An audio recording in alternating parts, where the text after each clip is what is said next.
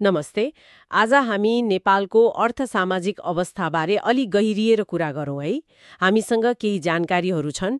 त्यसकै आधारमा यहाँको भूगोल, चुनौती, अवसर अनि खास गरी विदेशिने युवा र रेमिटेन्सको अर्थतन्त्रलाई केलाउने कोसिस गरौँला। मतलब नेपालको भूगोल, अर्थतन्त्र र मान्छेको जीवन यिनीहरू कसरी जोडिएका छन् त? आउनुस् बुझौँ। एउटा चाखलाग्दो कुराबाट सुरु गरौँ न। भर्खरै हेर्दै थिएँ नेपालको कुल घारस्थ उत्पादन माने जीडीपीको झण्डै 26-27% हिस्सा त रेमिटेन्सले धानेको रहेछ। यो त विश्वमै धेरै मध्ये पर्छ। तर यसको वास्तविक अर्थ के हो? योले देशलाई कहाँ पुर्याउँदैछ? खै यसबारे सोचौँ। यो रेमिटेन्सको आँकडा आफैमा महत्त्वपूर्ण छ। तर त्योभन्दा अलिकति अगाडि यहाँको भूगोललाई हेरौँ न पहिला। स्रोतहरूले देखाए अनुसार नेपाललाई मोटामोटी 3 भागमा बाँड्न सकिन्छ। एउटा भयो 3000 मिटरभन्दा माथिको हिमाली क्षेत्र जहाँ सगरमाथा पर्छ।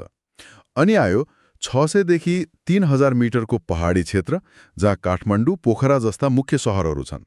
र तेस्रो 60 देखि 300 मिटरको तराई जुन एकदमै उब्जाउ भूमि हो। यही भौगोलिक विविधताले गर्दा मौसम पनि फरक छ, उपोष्णदेखि लिएर हिमालीसम्म। अनि पानीको स्रोत जस्तै कोशी, गण्डकी, कर्णाली जस्ता ठूला नदीहरू छन्। तर जति सुन्दर छ त्यति नै जटिल पनि त छ नि यो भूगोल, हैन र? चुनौतीहरू पनि त उस्तै होलान् नि, जस्तो कि भूकम्पको डर। 2015 को त्यो गोर्खा भूकम्प त कसले बिर्सेला र? हो, भूकम्पको जोखिम त सधैँ छ। यो एउटा ठूलो चुनौती हो। अनि बर्खा लाग्यो कि बाढी पहिरोको चिन्ता? त्यो त छँदैछ।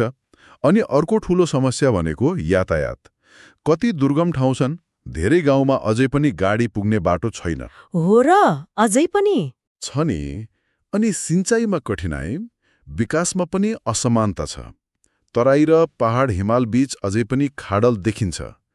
त्यसमाथि जलवायु परिवर्तनले हिमाल पग्लिने जुन कुरा छ, त्यो त झन् अर्को गम्भीर चिन्ताको विषय बन्दै गएको छ। भनेपछि भौगोलिक कठिनाइले त सिधै मान्छेको दैनिक जीवनमा असर पार्यो होला नि? बिल्कुल, प्रत्यक्ष असर पारेको छ। सोच्नुस् न, कति ठाउँमा स्कुल जान वा अस्पताल पुग्ने घण्टौं हिँड्नुपर्ने अवस्था छ। राम्रो शिक्षा अनि गुणस्तरीय स्वास्थ्य सेवामा सबैको समान पहुँच छैन। धेरै मानिसहरू कृषिमा निर्भर छन्, तर कृषि गर्न पनि सजिलो छैन। मौसम, सिंचाइ, बजारको समस्या छ। अनि प्राकृतिक प्रकोपको डर त सधैँ भइहाल्यो। हो नि, नेपालीहरू साह्रै मेहनती छन्, दुःख सहेर पनि आशा राख्छन्। तर अवस्था कस्तो भने हरेक वर्ष लगभग 7 लाख युवाहरू, 7 लाख, उनीहरू रोजगारीका लागि विदेशिन बाध्य छन्। यो आँकडा आफैमा डरलाग्दो छ। एकदमै। र यही विदेशिएका युवाले पठाएको पैसा मतलब रेमिटेन्सले अहिलेलाई अर्थतन्त्रलाई टेवा दिएको जस्तो देखिन्छ। अघि तपाईँले भन्नुभयो जस्तै जीडीपीको 26-27%। यो वैदेशिक सहायता वा प्रत्यक्ष विदेशी लगानी एफडीआई भन्दा पनि धेरै हो। तर यसमा एउटा समस्या पनि छ भन्छन् नि। रेमिटेन्स ट्र्याप भन्ने शब्द पनि सुनिएको छ। हो, त्यसै भनिन्छ।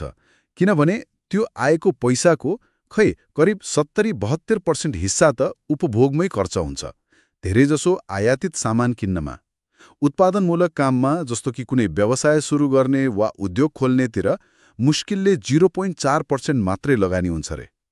ओहो, भनेपछि पैसा आयो, सामान किनियो, सकियो। देशभित्रै रोजगारी सिर्जना गर्ने काममा खासै गएन। यसले आयात झुन बढायो, तर देशमै दिगो रोजगारी खासै बढेन।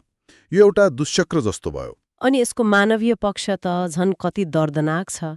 विदेशमा श्रम शोषणका कुरा सुनिन्छन्, स्वास्थ्य जोखिम, परिवारबाट टाढा बस्नु पर्दाको एक्लोपन, अनि कहिलेकाहीँ त त्यो दुःखद खबर, बाकसमा फर्कनु पर्ने वास्तविकता, यो सुन्दा पनि मनै अमिलो हुन्छ।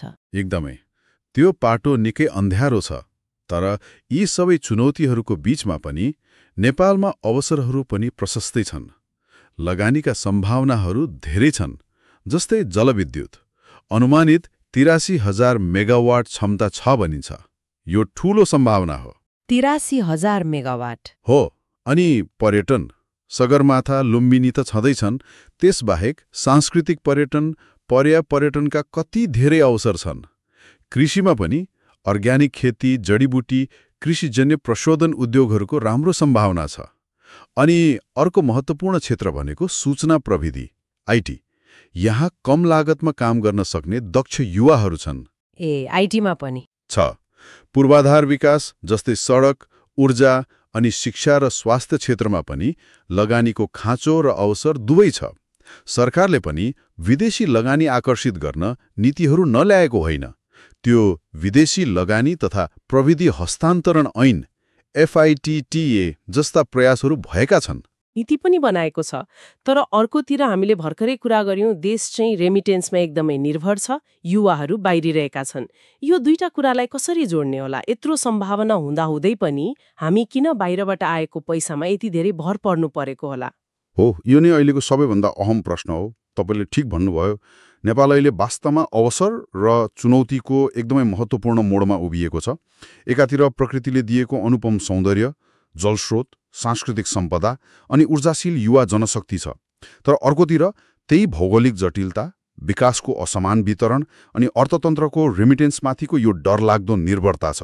यसो भए यो सबै कुरा सुन्दा मनमा एउटा प्रश्न खेलिरहन्छ कि नेपालले यो रेमिटेन्सको पासोबाट बाहिर निस्केर आफ्नै आन्तरिक शक्तिहरू जस्तै पानी, पर्यटन, कृषि अनि युवाहरूको सिपलाई प्रयोग गरेर दिगो र सबैलाई समेट्ने विकास गर्न सक्ला त?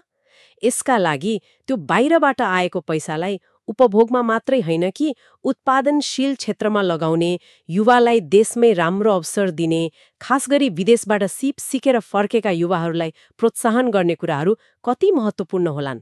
यसमा अझै गहिरिएर सोच्नुपर्ने देखिन्छ।